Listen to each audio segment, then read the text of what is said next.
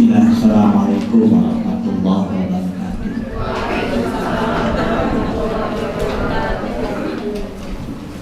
Dijawab dengan semangat gitu. Yang menjawab salam saya doakan hutangnya lunas.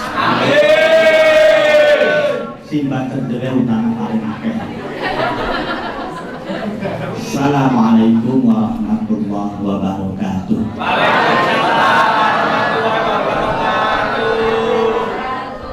Insyaallah lunas. Alhamdulillah wa syukurillah ala ni'amillah wassalatu wassalamu ala rasulillah wa la hawla wa la quwwata illa billah. Asbahna ala fitratil islam wa kalimatil ikhlas wa ala dini nabiyina Muhammad wa ala millati abina Ibrahim alaihi wasallam. Kepada perwakilan BPH Bapak Haji Hambali yang saya hormati, Direktur Rumah Sakit PKU Muhammadiyah Mayor Jepara, Bu Dr. Titin, ya. Nama kalian Pak hadir. Yang saya hormati para medis, karyawan gitu ya, Rumah Sakit PKU Muhammadiyah Mayor Jepara yang dirahmati Allah. Alhamdulillah pada pagi hari ini kita bersyukur kepada Allah. Allah masih melimpahkan berbagai karunia-Nya kepada kita semua. Ya, kita diberikan nikmat sehat, sehingga dengan kesehatan ini kita bisa melaksanakan aktivitas kita yang utama. Apa aktivitas yang utama? Beribadah kepada Allah. Wa ma khalaqtul jinna wal insa illa liya'budun. Dan aktivitas yang sehari-hari, aktivitas sampingan kan, adalah panjenengan semua dilakukan oleh Allah untuk menjadi tenaga medis di Rumah Sakit PKU Muhammadiyah Mayor Jepara.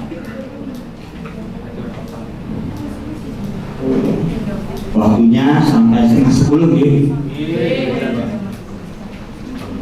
Saya ini materinya tentang anak sebagai tadi apa? Hubungan. Apa sedang menjalin hubungan? Tanpa hubungan.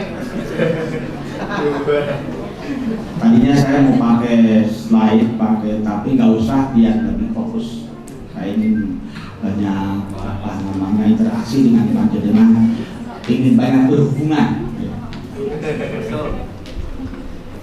Sebelumnya saya tanya, yang masih jomblo angkat tangan, yang masih gadis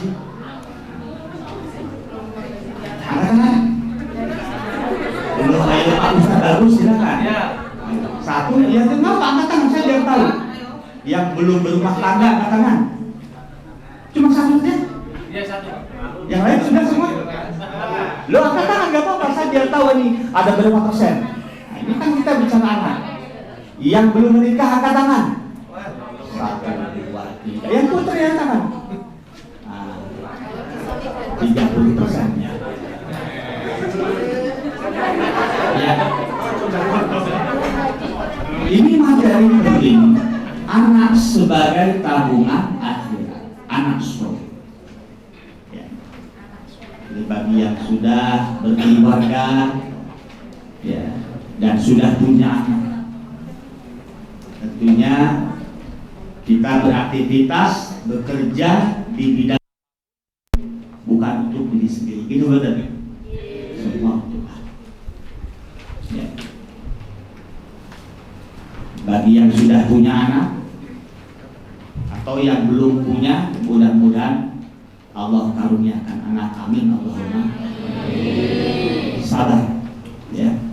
Yang belum dikaruniai putra bersabar. Saya punya kawan dosen UGM psikologi, dia punya anak usia ibu-ibu umur 43 tahun, baru anak pertama lahir. Jadi semua itu bagi yang sudah memiliki anak, ingatlah ketika lahir anaknya, apalagi yang pertama, kedua dan seterusnya. Kemudian pada usia 7 hari ya diakekohi, begitu betul? Bagi-bagi apa namanya dengan kotak kedinasan kotak ya. Terus di atasnya ditulisi, alhamdulillah telah lahir anak saya yang bernama siapa namanya? Kayu Ridu. Hah? Kayu Ridu. Kayu Ridu? Kayu. Ditulis apa? Semoga menjadi anak yang pasti begitu kan tulisannya ya? Semua seragam.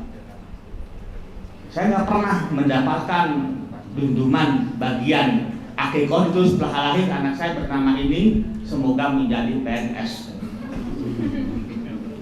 Nggak pernah ya? Semoga menjadi dokter, nggak pernah itu ada. Semoga menjadi perawat rumah sakit PKU Muhammadiyah Bayu, tidak pernah ada. Pasti menjadi anak yang soleh. Karena ini memang yang utama. Orang tua cita-citanya ketika dia memiliki dibekali anak, ingin anaknya menjadi soleh. Begitulah Nabi Ibrahim alaihissalam. Beliau mendapatkan anak itu usia yang sudah cukup renta, usia 90 tahun. Kalaulah beliau menikah misalnya umur 20 tahun, berarti beliau menunggu selama 70 tahun. Apa doanya? Rabbi habli minas sholihin. Bukan sekedar ya Allah karunia hamba anak, tapi ya Allah karuniakan kepadaku minas sholihin, anak yang soleh. Ya. Cuma setelah itu kadang-kadang orang tua lupa, tidak sesuai dengan yang harapannya itu, cita-cita sejak pertama. Ya, banyak yang kemudian melupakan untuk bagaimana menjadikan anaknya soleh. Banyak orang tua hanya lupa, lebih cenderung untuk bagaimana anak ini bisa mandiri di dunia, bisa bekerja, berpunya keahlian, pintar dan sebagainya. Tapi untuk mensolehkan itu kemudian sementing anakku sekolahnya berhasil, masuk SMP favorit, SMA favorit, universitas favorit, bekerja, lupa untuk bagaimana mensolehkan. Kenyataannya begitu. Ya. Karena itu juga ada sebuah doa. Nah, ini harus panjenengan pahami. Doa kelahiran anak. Ya. Kalau kita ada saudara, tetangga, teman, anaknya lahir, doanya apa? Barakallahu laka fil mau'ud laka wa syakartal wahid wa balagha asuddahu wa ruzqta birrahu. Silakan yang bisa mengulangi, ada yang bisa mengulangi ya. Semoga Allah memberi keberkahan kepadamu atas kelahiran anak, dan Anda bersyukur kepada Allah yang memberikan anak, dan semoga anaknya bisa sampai dewasa, wa ruzqta birrahu, dan Anda dikaruniai mendapatkan anak yang birrul walidain, berbakti. Anak soleh sebagai tabungan akhirat. Tidak hanya akhirat. Anak soleh itu bisa terlihat pembuktiannya ketika masih di dunia. Ya. Sebelum bicara jauh di akhirat, ada dua keuntungan punya anak soleh, di mana di dunia dia menyenangkan, membuat orang tua tersenyum, bahagia. Kemudian anak soleh selalu meringankan orang tua, dan jelas nanti nanti ketika sang ayah, sang ibu sudah sepuh, sudah lansia, sudah tidak berdaya, inilah anak soleh yang akan merawatnya, memenuhi kebutuhan. Satu ungkapan mungkin panjenengan pernah sering mendapatkan, seorang ibu bisa merawat 10 anaknya, tapi 10 anaknya belum tentu bisa merawat itu. Cocok nih? Ada nggak kenyataan seperti itu? Banyak. Jenengan sebagai tugas kesehatan di rumah sakit ini tentunya sering mendapatkan, saya bukan petugas kesehatan merasakan, saya punya ibu mertua yang sakit sering berobat opnam mulai dari 2004 sampai 2024, selama 10 tahun, dari 2014 sampai sekarang ya, sebulan sekali ya, ngontrol. Kadang kalau udah begini bisa sebulan 3 kali ya, opnam bisa setahun 3 kali, dan saya suka nemani ya istri ngantar, itu mertua saya. Ini saya tadi baru ke rumah sakit Islam Kudus, mohon maaf karena memang BPJS di sana gitu ya, mohon maaf ini ke direktur ya. Itu ketika pas opnam itu banyak orang tua yang dirawat ya kan, gimana tidak ada yang nungguin. Sering begitu jangan dapat ya, banyak, masya Allah. Padahal dia cerita bangga anaknya yang satu sekarang di Kalimantan, yang satu di Sumatera, ada yang jadi ini jadi itu ya, tapi ketika sakit tidak ada yang nemani. Malah ini wah iki teleponan iki wayai adiknya suruh nemenin di telepon, aku nyambut gawe. Akhirnya apa? Dia rela tinggalkan ibunya seorang diri di rumah sakit, dia untuk bekerja, sementara tidak ada yang ini. Ada sebuah kisah inspiratif 3 tahun yang lalu, 4 tahun yang lalu di Mekah sana. Ada 2 kakak beradik, dengan pernah dengar kisah kakak beradik ini. Dia punya seorang ibu yang dirawat. Ada seorang kakak, ini ibunya ini selalu ikut kakaknya ini, anak yang pertama ini kakaknya. Dan kemudian adiknya yang dari kota lain ingin gantian merawat ibunya, masya Allah, rebutan. Ya, sekarang giliran saya yang merawat ibu.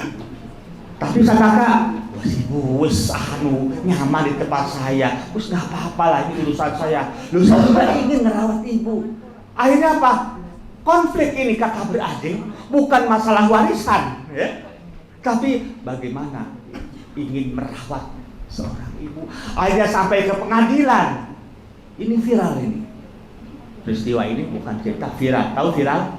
Viral itu adalah viral aidin wal faizin. Original itu ya. Sudah ganti. Akhirnya kan mana? Pengadilan. Lah kemudian sang hakim bertanya kepada sang ibu, menyerahkan semuanya itu kepada sang ibu. Silahkan bu, panjenengan pilih apa ke pakarnya atau ke adiknya. Apa kata ibu? Karena ibu ini luar biasa, dia tidak membeda-bedakan anaknya. Pak Habib, saya susah untuk memilihnya. Hizan anak pertama saya ini adalah mata kananku, sementara adiknya adalah mata kiriku, sehingga saya sulit. Dua-duanya ini adalah bagi saya itu kesayangan. Akhirnya kemudian dipasrahkan kembali kepada hakim. Hakim menunjuk kepada siapa? Adiknya. Sekarang giliran adiknya untuk merawat ibunya. Wah ini viral, masya Allah, di mana banyak orang itu rebutan untuk tidak merawat ibunya, ya, Ya karena mungkin anak ini juga kadang terpengaruh oleh istrinya atau oleh suaminya seperti itu. Karena itu suami istri harus kompak seia sekata dalam merawat ibu, baik ibu kandung maupun ibu mertua. Jadikan ketika kita merawat ibu, merawat ayah bukan sebagai beban, disitulah jalan keberkahan. Kadang kan beban, sehingga banyak itu. Di non-Islam, di non-Muslim itu, selain Islam, maka disediakanlah panti-panti jompo, ya kan? Tapi di Islam nggak boleh. Muhammadiyah nggak pernah ada misalnya panti lansia, panti jompo. Kalau panti asuhan panti asuhan ada, tapi nggak ada. Kenapa? Karena yang berkewajiban merawat ayah, merawat ibu yang sudah sepuh, sudah lansia adalah. Nah, ini baru satu keuntungan kita punya anak yang soleh. Coba jangan bayangkan, tidak selamanya kita itu segar, ya kan?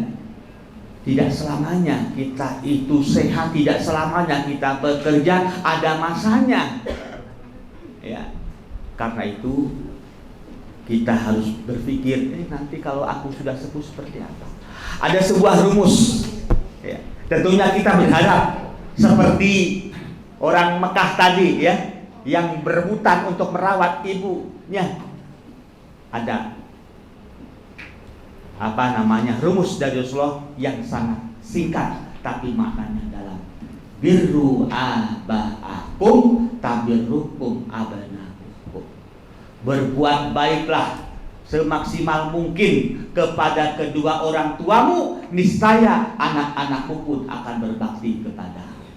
Gitu ya, ada hubungan kausalitas. Ini yang pertama di dunia. Adapun apa keuntungan di akhirat? Luar biasa. Saya sampaikan satu hadis.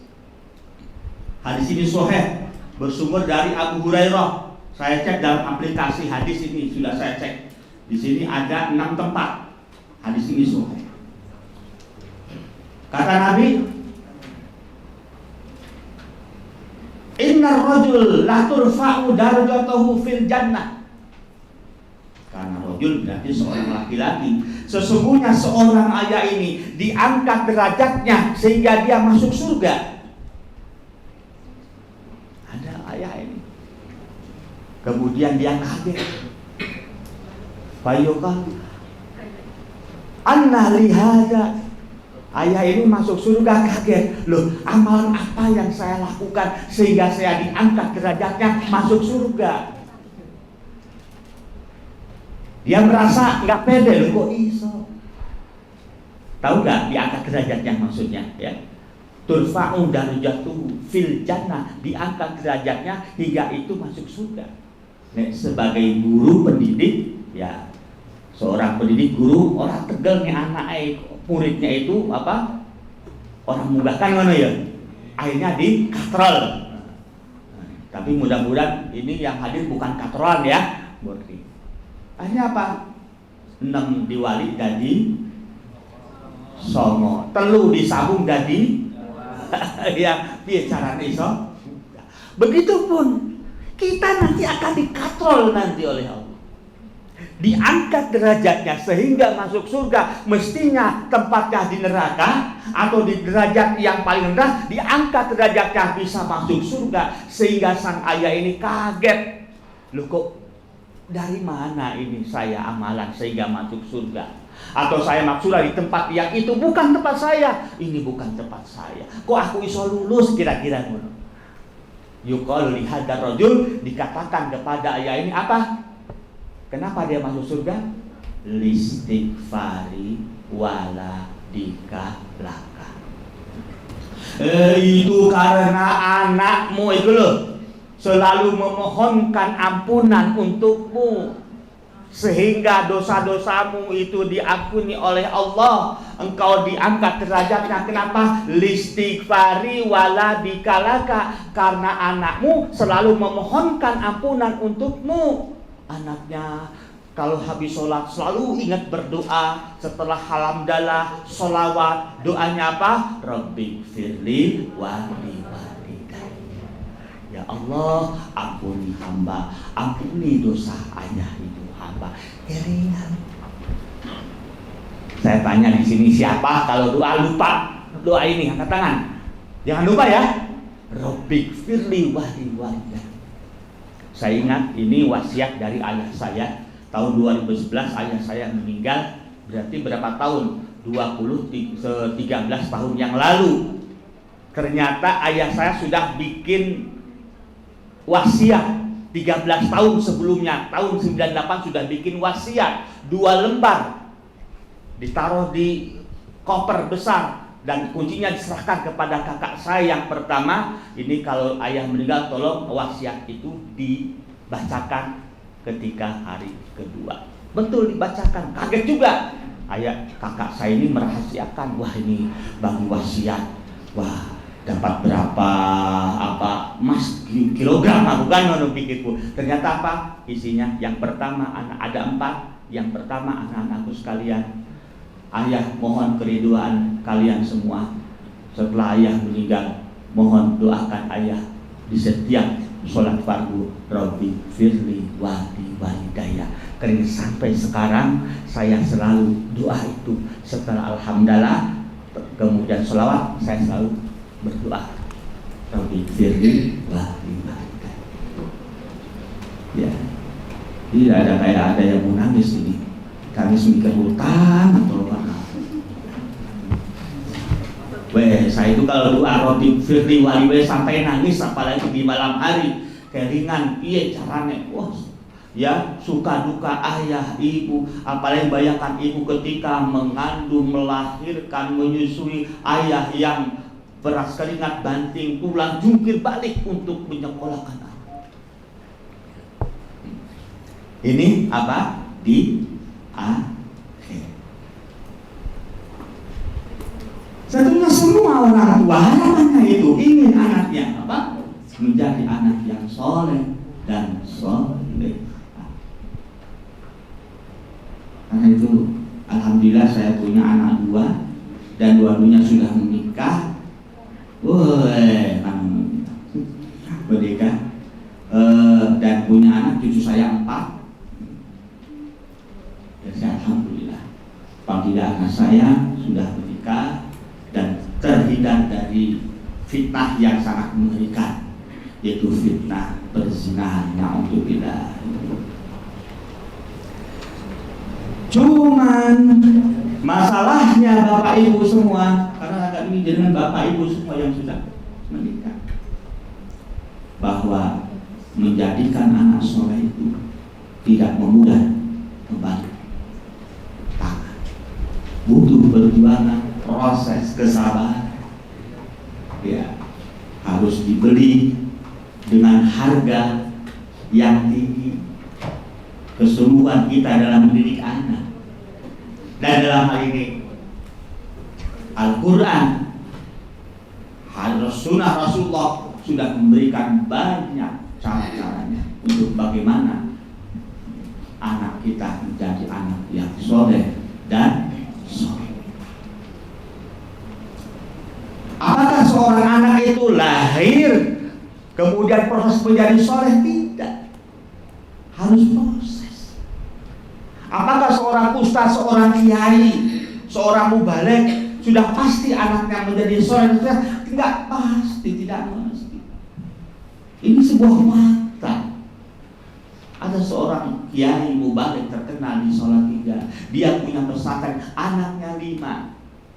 3 perempuan, 2 laki-laki. Tapi dia punya pesantren, tidak ada satupun anaknya yang bisa melanjutkan pesantrennya, perjuangan ayahnya. Kenapa? Karena sang ayah sibuk ngisi pengajian di sana sini. Ibu sering ditinggal, ibunya sering arisan, ya, sehingga lupa untuk mendidik anaknya. Seorang kiai, 3 anaknya perempuan, tidak satupun yang pakai jilbab, dan 2 anaknya laki-laki, nggak bisa untuk memimpin pondoknya, itu diserahkan sama orang lain.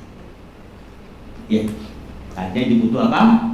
Butuh perjuangan. yang saya hormati, ada 3 variabel yang akan membentuk anak itu. Perilaku anak ditentukan oleh 3 variabel. Pasti di dalam dua pendidikan mesti ini 3 ini. Jadi dengan buka di buku manapun tentang tarbiyah, tentang pendidikan anak, ya, itu pasti ini dipengaruhi, anak itu dipengaruhi oleh 3 variabel ini. Yang pertama apa? Keluarga. Berapa persen? Ini ternyata besar pengaruh keluarga, pengaruh ayah ibu. Berapa persen? 60%. Ini secara kasar. Yang kedua, sekolahan, guru di sekolah. Berapa? 20% ternyata. Kita kan sering nggak, wah ini suruh sambil urusan sekolah, ternyata pendidikan di sekolah itu hanya 20%. Baru anak, teman lingkungan itu 20%.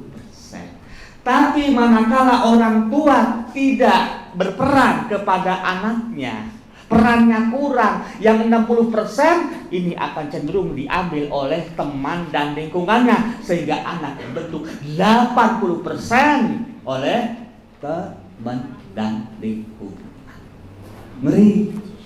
Banyak ayah ibu ya sibuk kerja, apalagi saya kalau pulang sore lewat pas pabrik-pabrik ngajong itu, kalau pagi habis subuh sudah berebutan ya, kemudian pulang sore hari, kapan sempat mendidik anaknya, sudah begitu capek ya, sehingga diserahkan kepada mbahnya, namanya mbah didik anak.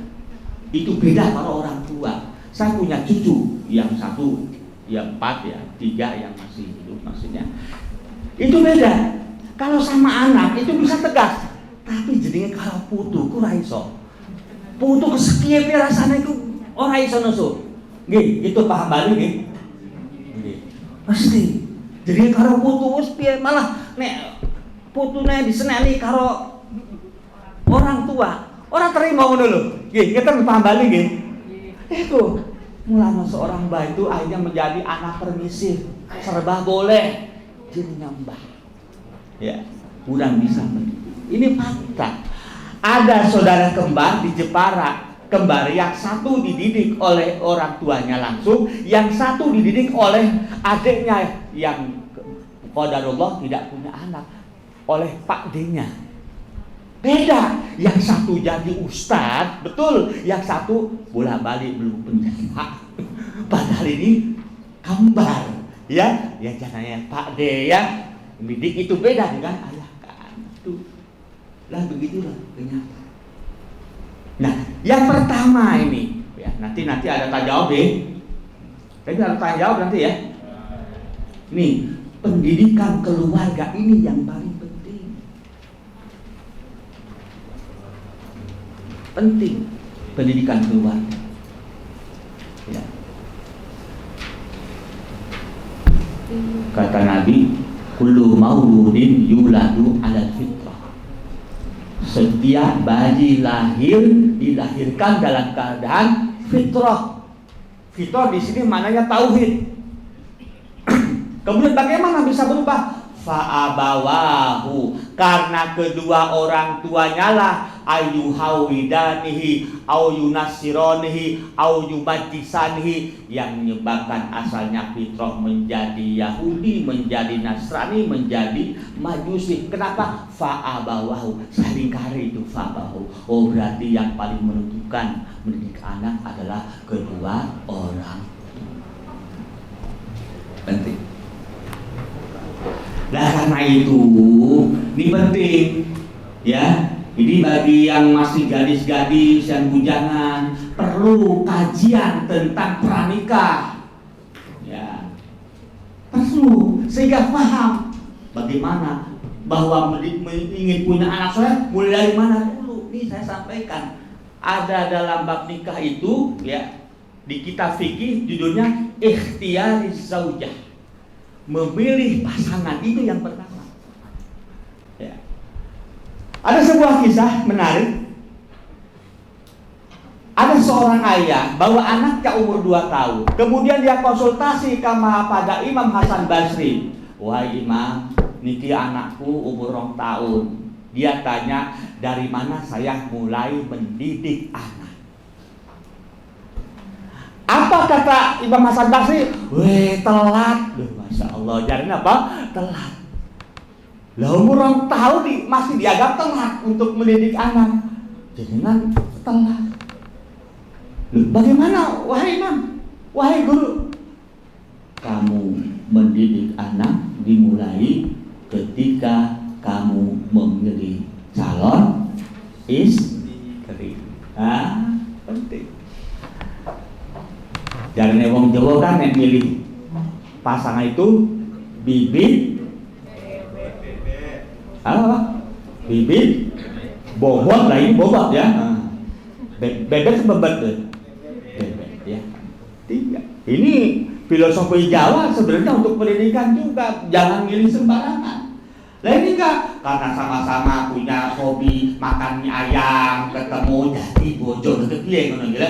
Sama-sama seneng naik motor Scoopy, jadi suami istri kepiye ngene iki kok jodoh begitu rendahnya ya berdasarkan hobi. Ya. Penting bagi panjenengan mbah-mbah ya yang sudah punya anak ini, anak-anaknya atau orang tua yang anaknya belum nikah, bila perlu seorang ayah, seorang ibu orang tua itu perlu selektif dalam menerima calon mantunya, karena itu akan menjadi keturunan kita nanti ke depan. Gak sembarangan. Tapi sekarang kan susah orang sekarang. Misalnya boleh gitu betul. Cari sendiri. Anak saya dua-duanya, anjir tak boleh ke diri. Iya, saya carikan sendiri. Gak ada anak saya ceritanya nyari sendiri. Enggak. Anak saya yang laki-laki, udah pasti. Ya. Pak mau nikah, tunggu setahun lagi ya.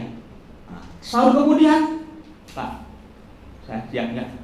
Tunggu setahun lagi, tapi ingat saya bilang, jangan pernah nyari sendiri, nyari istri, urusan bapak. Ngono gitu.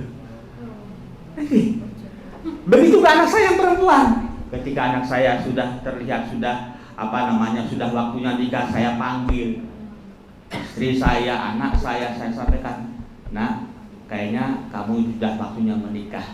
Bapak akan berdoa sama Allah, siapapun yang datang, ya, siapapun yang datang terima ya nak. Alhamdulillah, sebulan kemudian saya berdoa kepada Allah, datanglah calon suami. Kebetulan, ya, qadarullah, ayahnya itu adalah teman 30 tahun yang lalu ketika aktivis. Nah, dari misalnya Mas Bagus datang ke saya ngelamar, kalau belum saya terima. Aku sudah.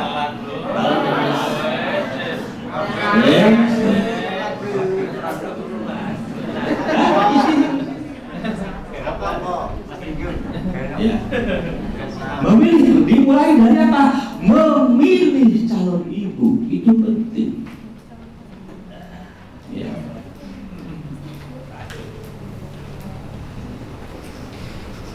Begitu juga memilih suami. Haknya siapa? Apalagi kita punya anak perempuan, orang tuanya yang mencarikan. Kecuali kalau anaknya bisa mandiri mencarikan. Tapi kan yang menentukan adalah orang tua, ini penting. Loh kok otoriter? Lah memang orang tua harus begitu demi masa depannya. Saya pun sama, saya nggak pernah nyari sendiri. Ini adalah dicarikan oleh guru saya. Tapi konsultasi dengan ayah saya tidak pernah. Begitu juga istri saya itu anak tunggal. Mertua saya, mesti pikir, wah semua warisannya diserahkan semua. Pasti pikir ngono gitu lah. Pasti ngono lah. Akhirnya nggak pernah. Lah, bapak mertua itu datang di Pondok Solo ke sana itu, ke kiai saya, tolong carikan untuk anaknya. Si A, si B, di audisi semua gagal semua. Saya jadi pilihan. Semoga saya menjadi pilihan yang benar. Amin Allahumma. Amin. Dan kebetulan saya pun bahkan saya sudah berkali-kali membantu. Paling tidak di desa Belimbing saya udah 20 lebih. Saya itu mengukuhkan. Alhamdulillah beres. atas izin Allah. Mas, bagus, tenang aja ya, bisa. Nah, Tenang Mas Satu. di dalam Atau Om Bibit. ya, dalam kitab apa namanya fikih itu, Said Sabiq, fikih sunnah. Fikih sunnah Said Sabiq itu. Silakan dibuka. Di dalam bab nikah ada sebuah apa namanya percakapan yang menarik. Ada seorang ayah, dia punya anak perempuan satu-satunya. Kemudian dia konsultasi kepada Hasan bin Ali. Hasan bin Ali siapa? Cucunya Rasulullah. Apa kata ayah ini? Innali bintan faman uzawijahullah. Wahai Hasan, guru, saya punya anak perempuan satu-satunya. Kepada siapa saya nikahkan anak saya satu-satunya? Anak perempuan. Bayangkan, ya, dulu orang tua dulu itu begitu, punya anak perempuan, tolong carikan, belikan, mencarikan orang tuanya yang memang aktif. Begitu juga ini, dia konsultasi kepada siapa harus saya nikahkan anak perempuan saya semata-mata ini. Apa kata sendiri? Zawisa limanit takillah. Nikahkanlah kepada orang yang bertakwa kepada Allah. Kemudian dicirikan siapa orang bertakwa kepada Allah? In ahabbaha akramaha wa in abghadaha lam yadlimha. Jangan bayangkan yang bertakwa kepada Allah jadi kerja di masjid terus muter takbir gitu ya. Wapal tidak. Di sini orang suami yang bertakwa kepada Allah, apa kata Nabi? In ahabbaha, kalau dia mencintai istrinya, akramha, maka dia akan memuliakannya. Wa in abghadaha, ketika sang suami sedang marah, sedang benci kepada istrinya, lam yadlimha, maka dia tidak sekalipun akan mendolimi sang istri. Tak bela dengan semua ya, sang ini jangan sampai didolimi. Ini ya, jangan sampai didolimi istrinya ya. Kalau jadi, oh ya sih, ya, akan dani ini rahasia. Jadi kan ingin rezekinya lancar, ya, utangnya lunas, ya, seneng nombojomu, wis ngono ae. Iya Pak. Lah, iya seneng ya. Oh, ya ora kon urusan malam Jumat orang ngono iki lho. Ya dia seneng, bikin seneng, ya. Shopping malah. Lah saya juga sama.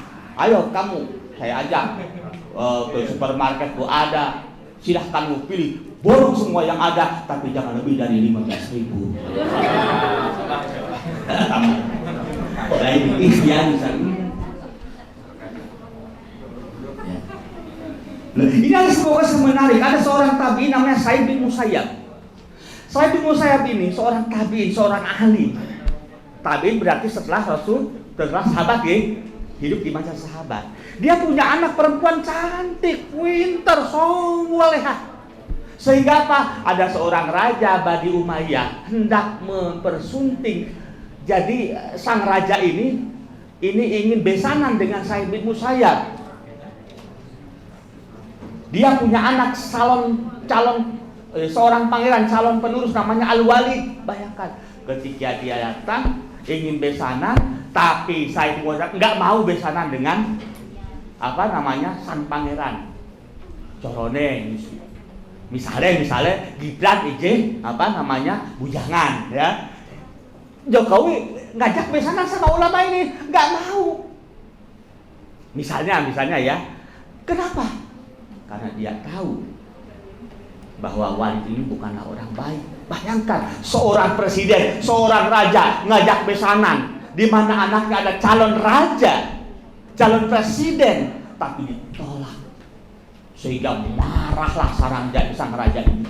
Kenapa? Karena dia soal besanan juga ada misinya. Supaya apa? Supaya nanti kalau bikin fatwa ya kan bisa dipengaruhkan dulu. Akhirnya apa? Kemudian Sa'id bin Musayyab mencari siapa muridnya yang terbaik. Wah, ternyata sudah 3 hari ini muridnya ini nggak hadir di majlis. Dipanggil lah setelah pun ketemu, wah kamu kebetulan ya. Kenapa kamu sudah 3 hari nggak hadir? Istri saya baru saja meninggal. Wah kalau gitu kebetulan saya akan nikah pun anakku dengan kamu. Wahai guru, saya kan orang miskin, saya kan duda, nggak apa-apa. Akhirnya jadilah pernikahan. Dia tinggalkan anaknya raja, dia dinikahkan kepada muridnya yang miskin, duda sisan kan ngono iku lho. Nah, Masya Allah. Ya. Sama sapiin. Nah, ini beri ikhtiar. Yang kedua adalah pendidikan keluarga. Setelah itu apa? Yang terpenting apa? Teladan.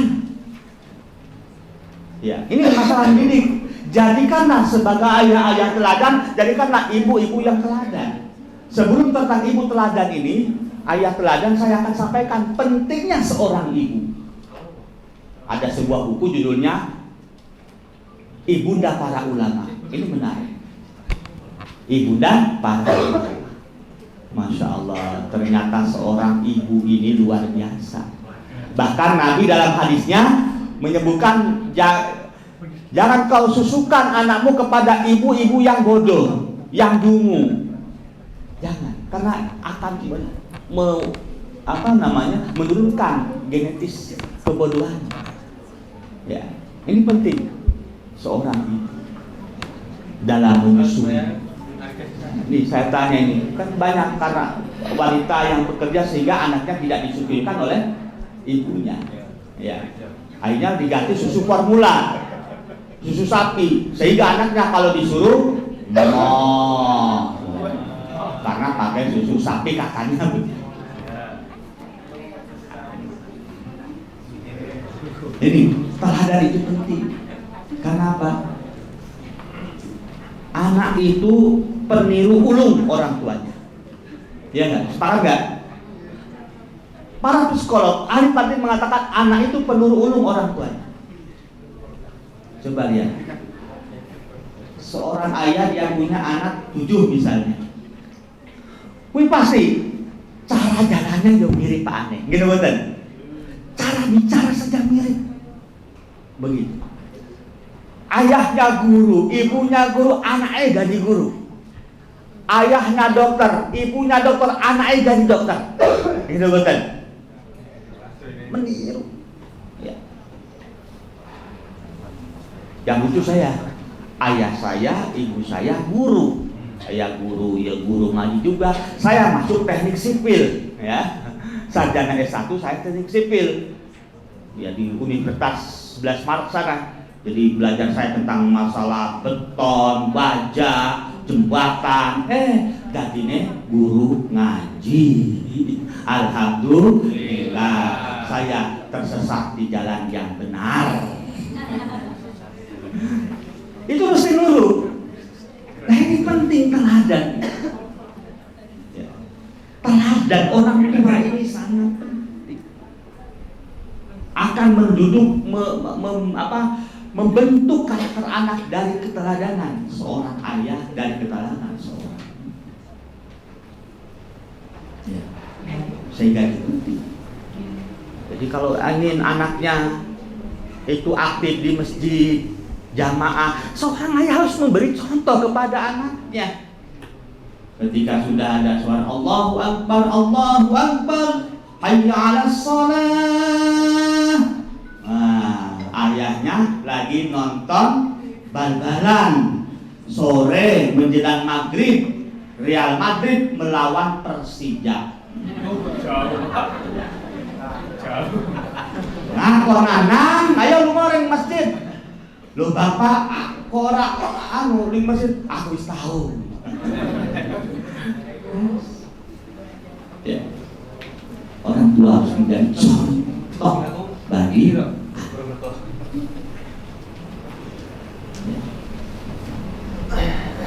ini tentang masalah pendidikan. Nah, di zaman Umar itu ada seorang ayah, dia bawa anaknya yang remaja yang laki-laki. Maksudnya supaya dikandani ini anak ini bandel, balelo, durhaka. Akhirnya dia lapor kepada Umar, ya Umar, anakku lanang iki lho dikon salat emoh senenge bantah karo wong tua, tolong kandhani anakku sing lanang iki sing remaja ini. Oh iya, mana anaknya? Ikan saya. Kemudian Umar bertanya, apakah betul apa yang dikatakan sama ayahmu? Nggih, wahai Amirul Mukminin. Cuma saya bertanya, wahai Amirul Mukminin, apa kewajiban ayah kepada anaknya? Wah, dibalik lah ini. Kewajiban ayah kepada anaknya pertama memilihkan ibu yang baik. Yang pertama adalah memilihkan ibu yang baik. Yang kedua adalah memberi nama anak yang baik. Yang ketiga mengajarkan Al-Quran. Tuh, kata siapa? Umar bin Khattab. Pertama memilihkan ibu yang baik. Kedua apa tadi? Memberi nama anak yang baik. Yang kedua, tiga apa? Mengajarkan Al-Quran. Wahai Umar, ayahku ini tidak melaksanakan satupun dari kewajiban seorang ayah ini. Pertama, saya punya ibu bukan ibu yang baik. Jadi ayahnya ini ketemu di jalan, redo glowing langsung dirabi kira-kira ngono ya. Enggak mikir agamanya apa, bukan wanita yang baik. Apa? Dia mau ya. Yang kedua, saya diberi nama Ju'al. Apa itu? Kelelawar. Loh, ya. Jadi kan ini penting memberi nama anak. Jangan sing akor lo ke Eropa-Eropaan. Enzio, Barolo, Alfredo. Ya, itu. Ya. Kasih nama itu seperti kata Rasulullah, Habul asma indallah Abdullah wa Abdurrahman. Nama yang paling dicintai Allah adalah Abdullah dan Abdurrahman. Sehingga zaman Nabi sahabat banyak yang nama Abdullah itu, Abdullah bin Abbas, Abdullah bin Auf, Abdullah bin Umar. Ya. Atau bisa juga dengan nama para sahabat, Yusuf, Hamzah, atau malaikat Ridwan. Tapi cuma repot kalau anaknya namanya Jibril atau Israel. Saya belum pernah mendapatkan sampai sekarang ada anak namanya Israel. Mesti orang duwe kanca. Israel, wah Melayu. Ini yang ketiga yang penting apa? Mengajarkan Al-Quran. Bapakku tidak pernah mengajarkan satu huruf pun dari Al-Quran. Masya Allah. Kemudian Umar memanggil ayahnya. Umar kan galak wong ya. Pak, jenengan melaporkan curhat tentang kedurhakaan anak panjenengan. Tapi yang menyebabkan anak panjenengan durhaka karena jenengan durhaka kepada anak. Gitu loh ya. Tadi memilihkan istri yang bukan yang baik, memberi nama dan tidak mengajarkan pendidikan.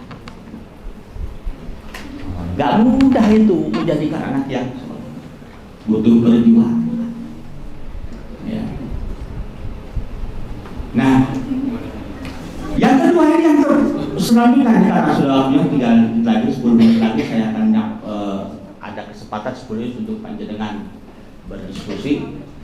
Yang kedua adalah lingkungan sekolah. Ini penting, pendidikan sekolah juga penting. Karena seorang ayah, seorang mulia ya.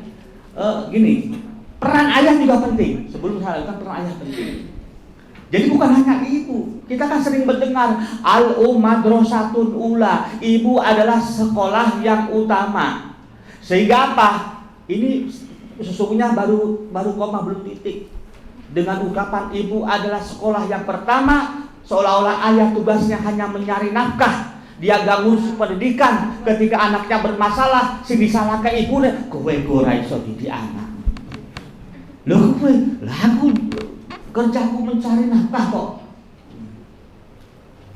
Dan ini fakta, saya kan sebagai kepala sekolah 10 tahun di MTS, ini sudah 7 tahun di SMP, di pondoknya hampir 20 tahun saya sebagai pendidik. Kalau misalnya ada undangan ya, undangan wali murid ya, yang datang kira-kira bapak atau ibu yang banyak? Ibu. Anaknya bermasalah, kepala sekolah menulis surat kepada orang tua wali agar datang ke sekolah karena anaknya bermasalah. Kira-kira yang hadir bapak atau ibu? Ibu. Tapi kalau anaknya itu dapat prestasi juara atau tahfidz ya kan, di panggung, sing di panggung bapak atau ibu? Ayah, anak ayah. Lah ayah juga penting. Kata pakar pendidikan dari Timur Tengah, al-madrasatul ula, ini baru koma, selanjutnya apa? Wal mudiruha, seorang ayah adalah kepala sekolahnya. Untuk kegiatan sehari-hari memang seorang ibu yang banyak menemani, mengarahkan anak. Tapi ayah ini sebagai kepala sekolah yang menentukan kurikulum pendidikan, yang menentukan nanti anaknya mau sekolah di mana, ini penting. Sehingga seorang ayah ini penting ya untuk mengarahkan anakku bar SD sekolah ini itu penting. Mendidik anak usia TK, usia PAUD, usia SD tidak banyak masalah. Nih wes berganti fase remaja, itu sih repot. Saya setuju. Wes kalau sudah masa SMP, apalagi SMA, itu yang paling sulit. Begitu nih, Pak Balik nih. Guru SMA, SMP sih. Nah, karena seorang harus selektif memilihkan sekolah. Nah, tentang sekolah ini, para ulama memberikan rumus juga agar anaknya barokah disekolahkan atau di pesantren ya. Ingat, hargai orang tua. Hargai guru. Hormati guru. Jadi jangan sampai dengan masukkan ke sekolah atau ke pesantren kemudian seolah-olah seperti pos, aku tak bayar guru. Ya, hormati guru. Jadikan dia sebagai teman, rekan di dalam mendidik anak. Ketika di rumah adalah ayah, tapi ketika di pondok adalah gurunya sebagai ayahnya. Hormati itu guru.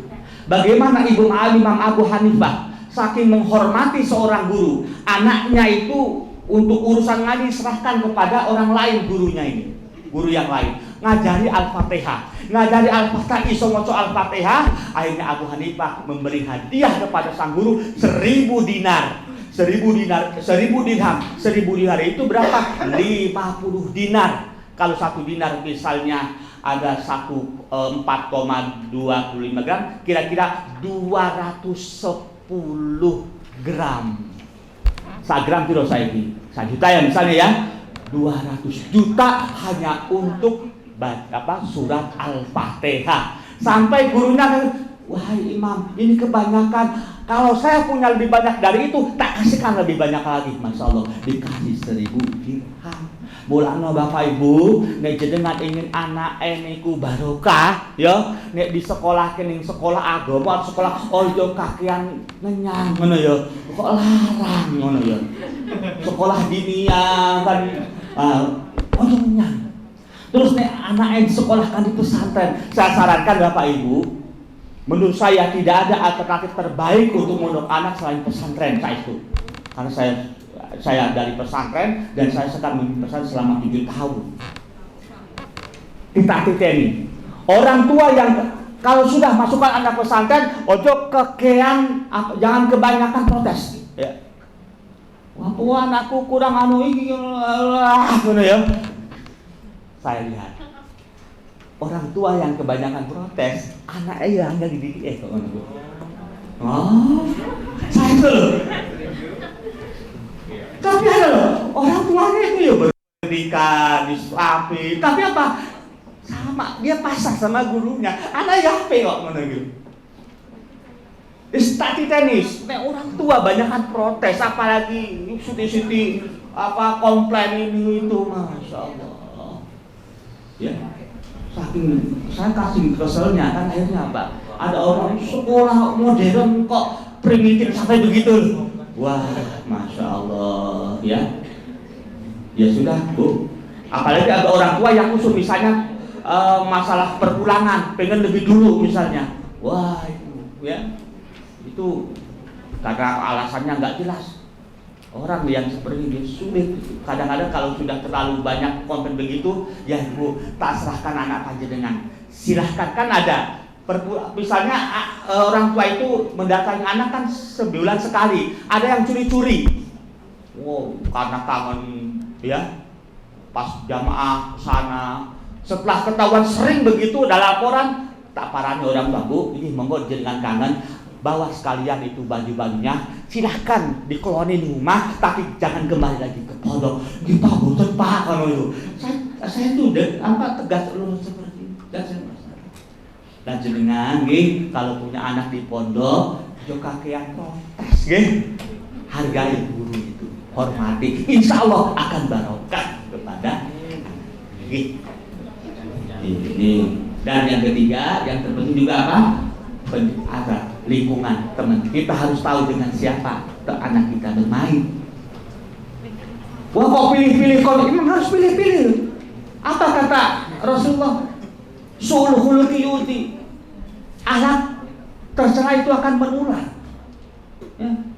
Itu begitu. Rumusnya kan begitu. Orang kan berkumpul dengan frekuensi yang sama. Orang senang bal-balan mesti ngomongnya bal-balan terus ya kan. Orang senang pit-pitan. Begitu juga anak. Kita harus dekat pada. Dah, inilah ya.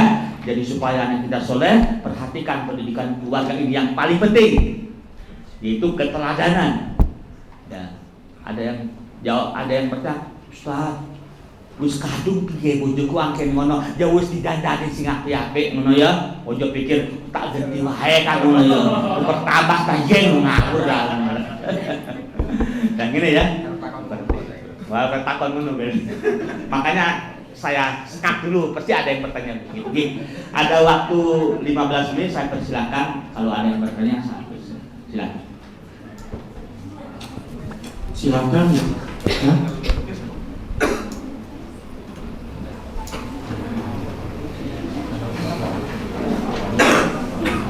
Monggo, Bapak-bapak, Ibu-ibu.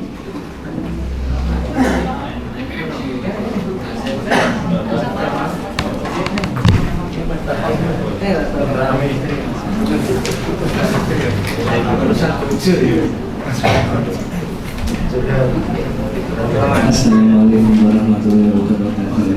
Nama, asal, Perkenalkan, nama saya Saiful dari fisioterapi, Pak. aslinya mana aslinya? Oh, aslinya saya Jepara. Oh, Jepara. Gitu.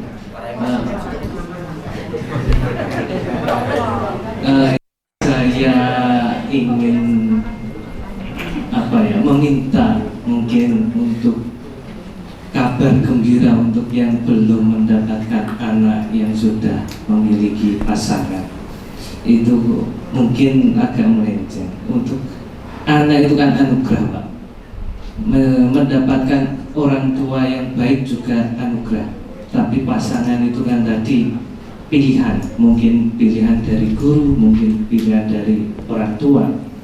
Tapi kalau seandainya sampai belum memiliki anak, terus tabungan akhiratnya gimana, Pak? Kayak gitu. Mungkin itu saja, Pak. Terima kasih. Wassalamualaikum warahmatullahi wabarakatuh. Waalaikumsalam. Langsung saja satu dulu ya, dari bawah. Pak Yusuf, ya. Bahwasanya di dalam Al-Quran disebutkan ada orang yang dikaruniai anak laki-laki saja, ada orang yang dikaruniai anak perempuan saja, ada yang kedua-duanya, bahkan ada yang memang tidak dikaruniai anak. Itu sudah takdir. Jadi kalau ada dokter atau alternatif yang mengatakan Allah pasti, Allah sudah menyebutkan di dalam Al-Quran. Ada yang anaknya laki-laki semua, ada yang perempuan semua, ada yang dua-duanya, bahkan ada yang dikehendaki Allah takdirkan untuk tidak memiliki. Bagi yang punya anak laki-laki ada tuh, anak lanang tapi sing betul isi ibunya tuh, ya Allah aku pengen anak sing betul kan gitu. Syukuri, ya sudah anak-anak. Ada anaknya 8 wadok kabeh perempuan. Kemudian kepengen anak lanang.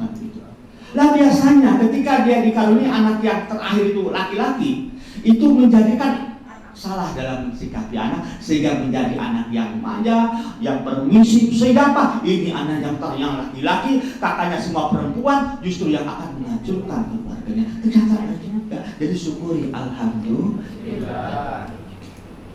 Begitupun ada yang tidak dikurani anak, bagi yang tidak dikurani putra.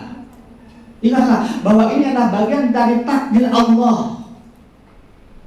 Sebagai orang beriman maka kita ridho terhadap takdir sebagaimana ini iman yang ke-6, ridho kepada qada dan qadar Allah. Ya. Terima. Ternyata banyak kan orang yang tidak bahagia dengan punya anak. Jadi dengan tahu karena ini import beritanya itu tersebar, sing gue mobil Haryanto, opah umat, ya kan? Dia anak sopo kayak kan? Gitu ya? Malah, ismono gue ini ya. Nah ini kan kata orang gibah ya, karena sudah tersebar. Jadi kan kita pelajar bagaimana, apakah bos Pak Haji Haryanto itu susah tetap aneh. Kita ini cuma jarge wae, tapi hati siapa yang dia terima? Ingat, tidak setiap orang punya anak ternyata bisa bahagia. Itu yang pertama. Ya. Yakinlah dengan takdir Allah bahwa ini ada takdir Allah, ada banyak kebaikan di sana. Allah yang tahu, Allah Maha Bijaksana, Allah yang Maha Mengetahui. Itu yang pertama supaya kita terima. Ternyata banyak cara untuk kita tetap bahagia meskipun tidak dikaruniai putra. Dengan kita mengambil mengadopsi anak orang lain, tapi ingat sebagai mengadopsi jangan sampai binnya itu dibinkan kepada yang mengadopsi ya, misalnya tetap binnya kepada. Kalau kita mengadopsi anak perempuan, jangan sampai seorang ayah angkat ini ya itu yang menikahkan. Kalau masih ada ayahnya ya, gitu ya, atau walinya untuk menikahkan. Ternyata banyak saya dapatkan orang-orang yang tidak, tapi dia bahagia itu. Coy. Ada pun tadi ditanya bagaimana kita mendapatkan tabungan akhirat. Banyak cara. Dengan kita misalnya punya anak asuh, ya kan? Yang kemudian kita didik, ya, kita ya kemudian menjadi soleh. Insya Allah kesolehan anak akan mengalir kepada seorang yang memang memberi. Begitulah guru-guru ngaji di kampung. Itu bukan anak kandungnya Pak Yusuf. Dia ngajari anaknya. Yang tadi bisa baca Quran, hanya bisa baca Quran, bisa sholat. Ingat kata Nabi, mandalla ala khairin falahu ajru fa'idun min ayyakusu min amri sayan. Barang siapa mengajarkan satu kebaikan, maka dia akan mendapat pahala dari amal dari orang yang mengamalkan kebaikan tersebut. Itu Pak Yusuf. Tanpa mengurangi sedikit pun pahala dari orang melaksanakan kebaikan. Misalnya saya sebagai guru ngaji, saya ngajari anak orang lain yang bukan anak saya, ya, sehingga dia bisa ngaji, dia bisa sholat. Lah anak yang saya ajari ketika dia mengaji, ketika dia sholat, pahalanya akan mengalir kepada saya sebagai guru ngaji tanpa mengurangi pahala anak tersebut. Itulah sebabnya kemudian saya pilih sebagai guru ngaji.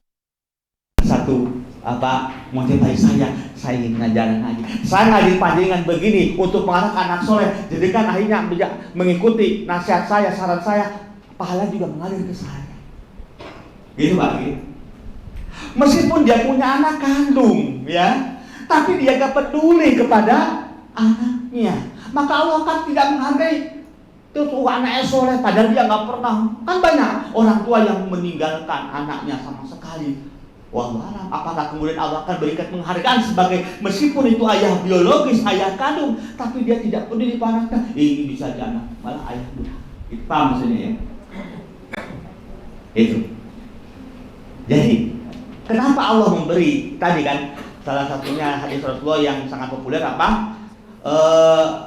Kata Nabi, kullu bani Adam, bukan bani Adam, setiap Adam itu akan terputus gimana hadisnya? Ila min salas, gimana? Idza mata ibnu Adam, inqata amalu ila min salas. Kalau manusia meninggal maka terputuslah pahala amalnya. Kecuali 3 perkara. Dia rajin sholat, kalau sudah meninggal pahala sholatnya terputus. Dia rajin puasa, kalau sudah meninggal pahala puasanya terputus. Dia rajin baca Quran, kalau sudah meninggal pahala baca Quran. Kecuali 3 hal, meskipun dia itu meninggal, pahalanya mengalir terus. Pertama apa? Sedekah jariyah, ilmu yang bermanfaat, awaladin sholihin yad'ulah. Ini yang ketiga, anak yang soleh yang mendoakan kedua orang. Anak soleh itu sing dongakno iku lho, ya. Iki menjadi amalan yang terus mengalir. Itu Pak Yusuf, banyak cara kita untuk mendapatkan tabungan akhirat. Ya, seperti itu. Ada lagi, silakan.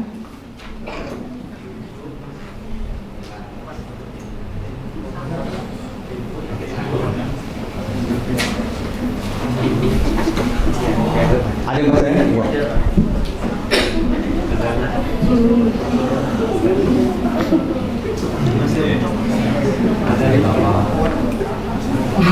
Ada nggak? Ada Pak, ada. Mau tanya, bagaimana Nama aslinya mana? nama Taul dari Sedang? Kamu siapa? Taul. Takur. Tahun. Ya, Pak Tahun. Enggak, Pak Tahun sedang ya. Bagaimana Islam menyikapi orang tua yang menggunakan dalih agama dengan mengatakan agar tidak menjadi anak durhaka kepada orang tua guna memaksa anak mengikuti pilihan mereka seperti pendidikan, karir jodoh dan lain-lain meskipun anak tidak suka. Ulangi lagi. Masa sambil baca sih? Jadi kan kok masih baca gitu loh. Coba dengan bicara aja langsung. Monggo gimana?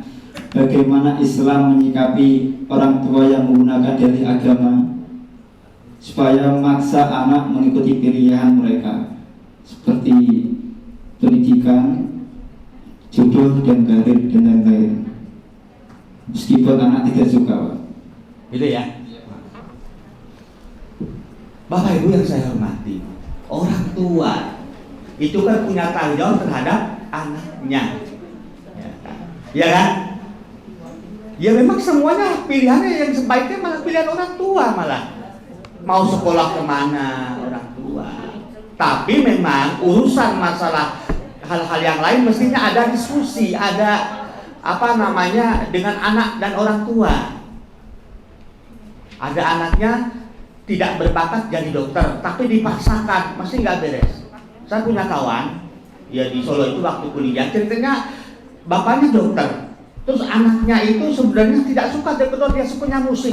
Akhirnya memang dia paksa masuk dokter, bisa masuk dokter UNS, tapi kan kemudian DO. Karena apa? Memang tidak suka. Akhirnya memang dia sukanya musik, tiap hari main gitaran, ragam Mirau. Memang sudah ada, tidak dibayangkannya. Akhirnya apa? Ya sudah, kalau begitu disekolahkan ke Amerika ya untuk belajar khusus masalah musik begitu. Dan ada masalah jodoh tadi, kalau dalam Islam mestinya seorang tua itu memang yang menentukan gitu, Mas. Loh, ini omongan saya malah kok berbeda dengan jenengan gitu ya. Memang seorang tua mestinya begitu ya. Ya. Memilihkan anak itu penting. Ingat, ridhullah fi ridhul walidain. Ridhonya Allah sangat tergantung pada ridhonya orang tua. Ketika jenengan punya calon istri, kata orang tua nggak cocoknya, sudah dilepas. Dunia tidak selebar daun kelor, coy, ya. Ya, lupa jenengan kok malah justru harus patuh sama orang tua, mengendalikan keadaan. Memang keadaan bisa seperti itu, Mas ya. Ingat nggak kisah Nabi Ibrahim?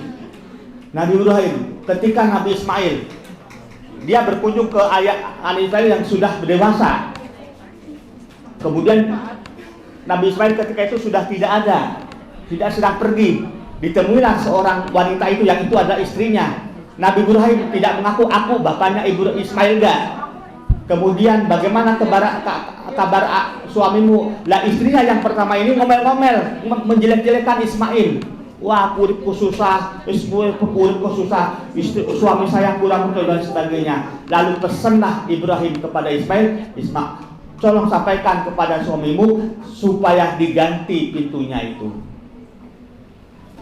Akhirnya pergilah orang tua itu, datanglah Ismail. Kemudian istrinya cerita, oh tadi ada seorang tua, dia pesan katanya suruh mengganti pintu. Oh kalau gitu saya disuruh menceraikan kamu. Diceraikan itu istrinya. Kenapa? Karena bukan orang baik. Itu dari agama memang seperti itu. Ya. Tapi jangan dibandingkan kita dengan Ibrahim, jangan ya. Jangan sampai justru akhirnya orang tua itu menjadi sumber konflik sehingga banyak perceraian terjadi karena apa? Ini campur tangan mertua. Hati-hati gitu ya. Biasanya yang menjadi candangan seorang ibu, seorang mertua perempuan. Hati-hati juga. Kita harus belajar menjadi mertua yang baik tuh. Contohnya Pak Haji Hambali itu menjadi mertua yang baik. Saya kalau anak saya yang perempuan, semua saya serahkan urusannya kepada suaminya. Saya sudah tidak berhak lagi. Ketika saya ijab kabul, berarti saya sudah serahkan semuanya itu kepada mantu saya yang laki-laki itu. Sehingga saya tidak berhak mengatur sampai kan di Solo. Saya larang ini nanti lebaran di mana, kan mesti begitu. Saya bilang sama istri saya, jangan pernah bertanya kepada anak, apalagi nyuruh supaya lebaran di Jepara, jangan, itu urusan suaminya, jangan ikut campur. Paham maksudnya ya? Orang tua memang ada batasannya. Ketika masih menjadi anak, maka orang itu berhak untuk menentukan. Begitu. Saya ingat dulu ketika saya sekolah, masuk MTS, sekolahnya kurang favorit, sekolah mewah, mepet sawah kan. Memang begitu. Sementara bapak saya kepala sekolah yayasan keluarga besar di sana. Tapi saya pengen pindah ke sekolah negeri, nggak boleh. Ya sudah, saya ikut orang tua saya. Gitu Pak ya. Di pesan ya sudah, saya manut. Itulah yang penting, bagaimana kita menjadikan anak kita soleh yang menuruti keinginan orang tua. Gitu Mas Taun ya. Oh, malah protes orang tua nggak boleh. Hah? Campur. Apa katanya tadi? Dalil agama. Dalilnya malah itu orang tua bertanggung jawab. Ya. Jangan sampai juga maksa. Nggak dipersui oleh orang tua. Ayo kawin lari saja. Kawin sampai lari-lari kan. Gitu Mas Taud ya.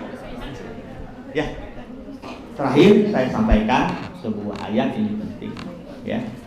Kalau tadi hadisnya menyampaikan bahwa orang tua akan seorang soleh bisa memberi syafaat kepada orang tuanya dengan apa? Memberikan istighfar, doa kepada orang tuanya. Silakan buka dalam surat At-Tur ayat 21, surat At-Tur surat yang ke-52. Innal ladzina amanu wal ladzina tabauhum biiman alhaqna bihim dzurriyyatahum. Sesungguhnya orang-orang beriman kemudian diikuti oleh anak keturunan dengan keimanan juga. Alhaqna bihim dzurriyyatahum, akan kami pertemukan orang beriman dengan anak turunan, anak cucunya nanti di akhirat. Di dalam tafsir disebutkan apa maksudnya?